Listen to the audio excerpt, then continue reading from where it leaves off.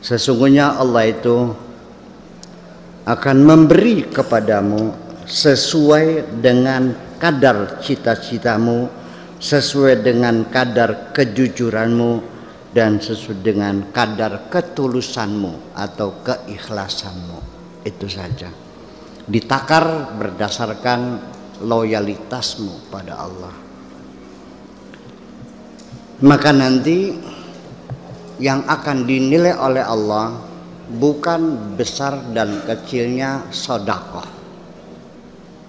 bukan besar dan kecilnya jasa yang kita berikan, tapi yang akan dinilai adalah ketulusan hatimu.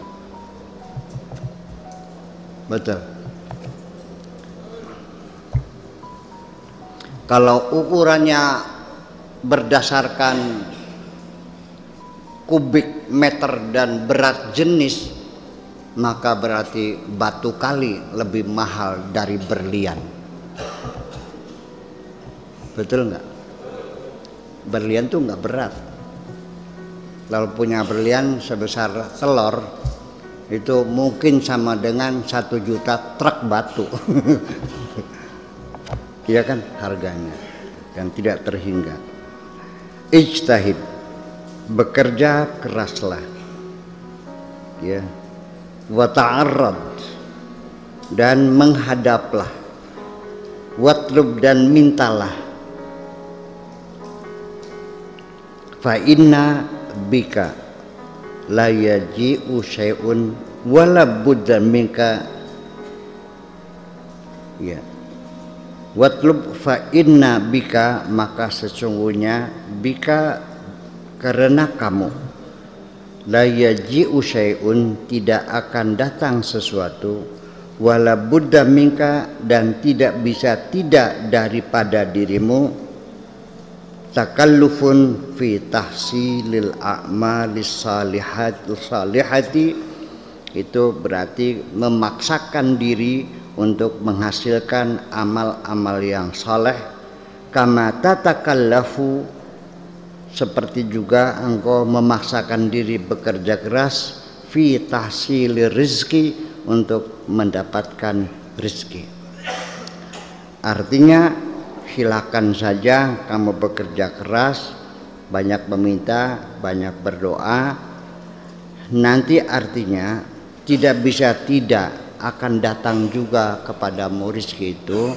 Artinya bukan diakar pada kerja kerasnya, tidak diukur dengan keringatnya, tapi akan dihasilkan dengan kualitas yang kau berikan, yang kau lakukan dalam berupaya mendapatkannya. Seorang yang punya tingkat intelektualitas tinggi, pengalaman yang panjang, tentu akan lebih mendapatkan rezeki dari orang yang bodoh yang tidak berpendidikan. Seorang petani, buruh tani, satu hari hanya dapat 50.000 satu hari, dijemur punggungnya di matahari. Tapi seorang Habibi, seminggu satu hari dia mengantor, bayarannya 1 miliar satu bulan. Makanya sekali lagi pesan dari Abul Hasan Asaduli, ibadatul qulubi khairun min ibadatil jawarihi, ibadah hati jauh lebih baik daripada ibadah fisik. Kamu salah sendiri mengapa memilih ibadah fisik yang bayarannya cering. Tapi kalau ibadah intelektual bayarannya blek-blek, blek-blek. Kalau ibadah fisik cering. Kalau ibadah intelektual blek-blek, blek-blek. Ngerti ya? Blek-blek, blek-blek. berlimpah ruah gitu. Tidak berimbas semacam itu. Asyaitan yal'abu bi'awamin nas. Setan itu biasa bisa mempermainkan orang-orang awam, yang dungu, yang bodoh, ya kan, yang tidak berpengalaman, yang tidak sekolah, termasuk yang jauh dari Tuhan. Itu orang awam semuanya itu. Kama yal'abul farisu bikarratihi, seperti seorang penunggang kuda bisa memainkan kudanya bikarratihi, dengan bisa membolak-balikan kudanya. Yudiru ahadahum, yaitu bisa memutar siapapun setan itu. Fima yasha, kama yudiru ahadukum dabatahu, seperti penunggang kuda juga bisa membalikkan kudanya ke kanan dan ke kiri. Fima yasha yadrifu uqfiyata qulubihim, yang bisa memukul jantung hati mereka. Wa yastakhdimuhun kaifa arad, dan bisa dipakai seperti apapun yang mereka inginkan. Yuhattimu minas sawami, bisa menghancurkan sinagog-sinagog. Wa yukhrijuhum minal maharibi, dan bisa dikeluarkan dari tempat-tempat ibadah, mihrab-mihrab mereka. Wa yuqifuhum, dan bisa menghentikan mereka fi khidmatihi, dalam berkhidmah, dalam beribadah bisa ujug-ujug menjadi malas. Bisa kamu ini masih bisa dimainkan setan. Kapan-kapan setan bisa menghambat kamu akan berhenti dari mengaji setiap malam Senin. Ya. Kapan-kapan engkau setan bisa menghancurkan rumah tanggamu, bercerai dengan istrimu. Dan kapan-kapan setan juga bisa menggoda. Kalau kamu masih termasuk golongan orang awam, artinya yang mudah digodanya. Artinya bahwa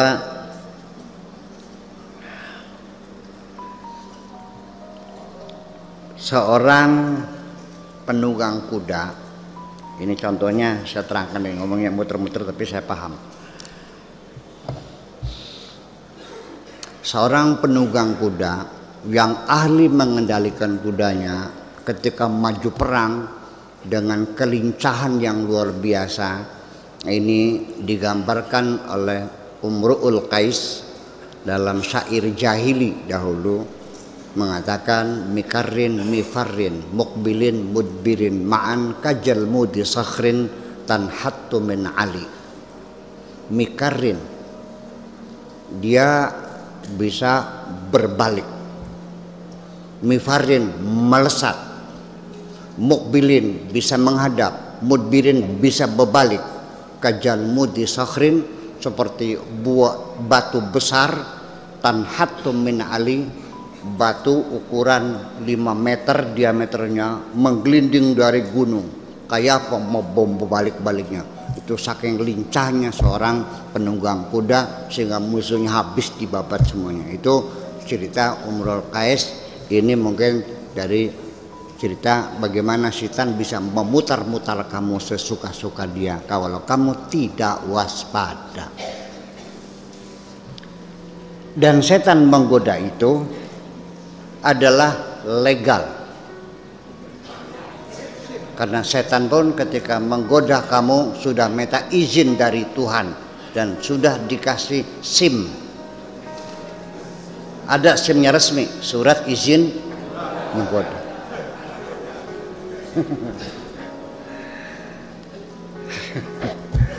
Setan, kau menggoda aku? Iya. Alasannya apa? Resmi, kata setannya. Mana suratnya? Nih ada SIM-nya. Ketika setan meminta izin yang bunyinya qala fa bi'izzatika la ughwiyannahum ajmain, kata Allah, oke, silahkan kau goda semuanya. Setan minta umur panjang, kata Allah, oke, innaka minal mundharin, engkau panjang sampai hari kiamat. Setan umurnya panjang dan dia akan menggoda kamu sekuat tenaga dengan harapan kamu semuanya masuk neraka semua. Nah, nanti kalau sudah masuk neraka semua, setan ada peluang bisa masuk surga lagi. Itu akal jahatnya tuh. Makanya orang yang hidupnya punya cacat, dia paling suka menyebarluaskan cacat orang lain supaya tidak sendirian.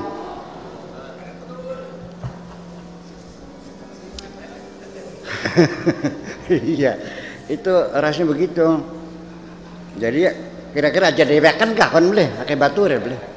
Bareng-bareng neraka ya kalau tidak. Nanti di surga bersama-sama dengan kamu semuanya. Dan setan itu bekerja menggoda kamu itu tidak main-main. Dia sangat bersungguh-sungguh, tidak mengenal waktu, tidak siang, tidak malam, tidak pagi, tidak sore. Ya, kamu berdiri, setan berdiri. Kamu duduk, setannya tetap berdiri. Kamunya melek, setannya melek. Kamunya tidur, setannya melek. Nyon? Iya, siang dan malam.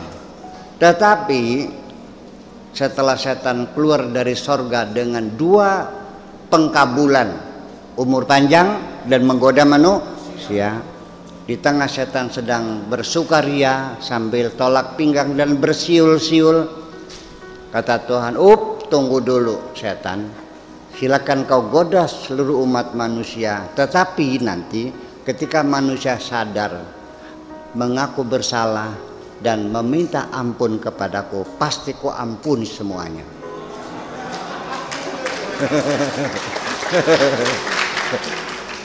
Itulah akhirnya apa? Setan melongo, kerja bakti.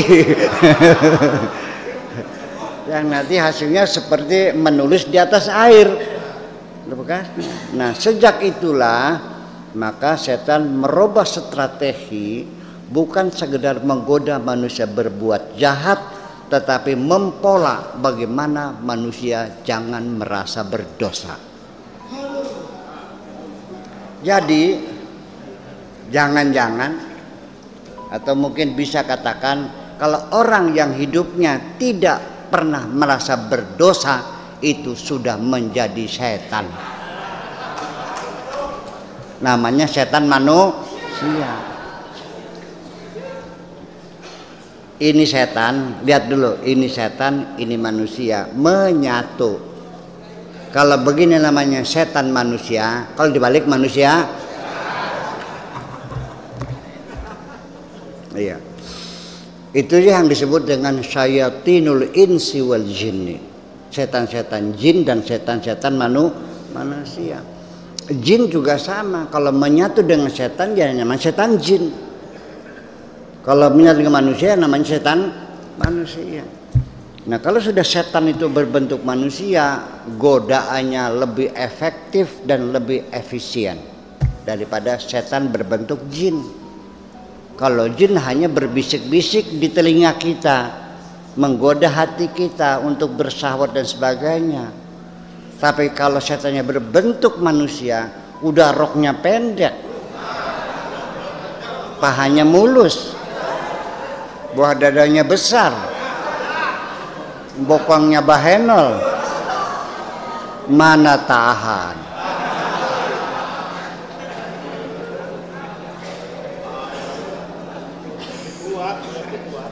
Kalau setannya sudah berbentuk manusia yang cantik jelita, dia bisa menarik tanganmu.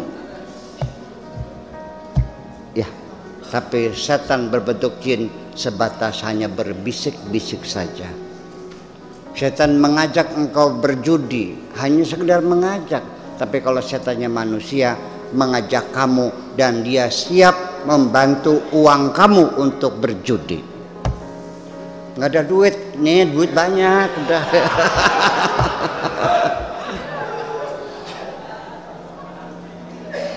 Iya. Paham? Makanya jangan main-main.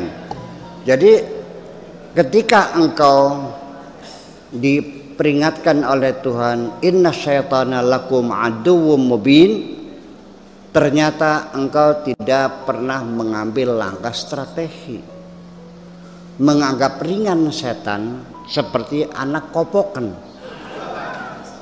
menganggap ringan.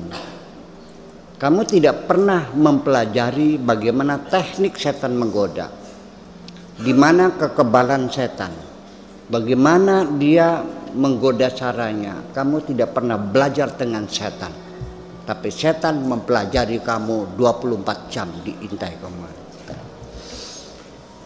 Ya, setan tahu kelemahan-kelemahan kamu itu semuanya. Ya, saya juga pernah mau diselewengkan oleh setan. Ketika ingin membantu orang susah, uang sudah di kantong, tinggal diberikan saja, masih berbisik juga setan. Nanti Buya, ngasihkannya jangan sekarang, nunggu kalau sudah tamunya banyak. Saya bilang, aku lebih pinter dari kamu.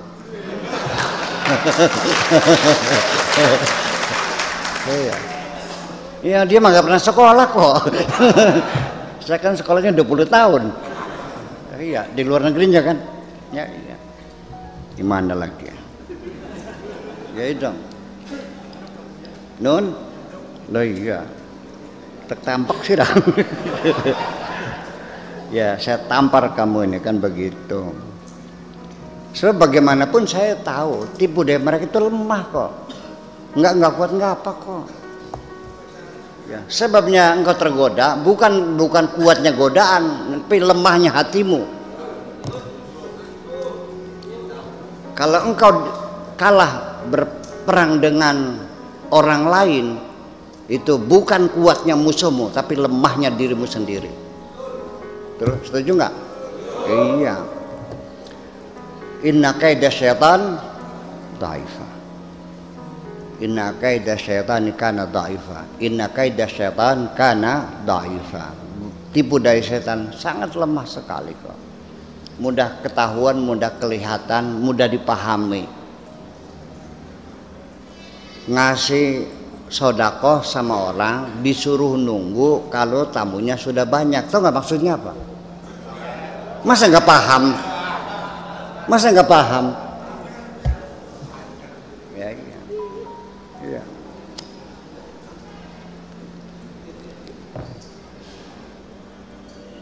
Ya, jadi seperti itulah kira-kira kita dalam berjuang hidup ini.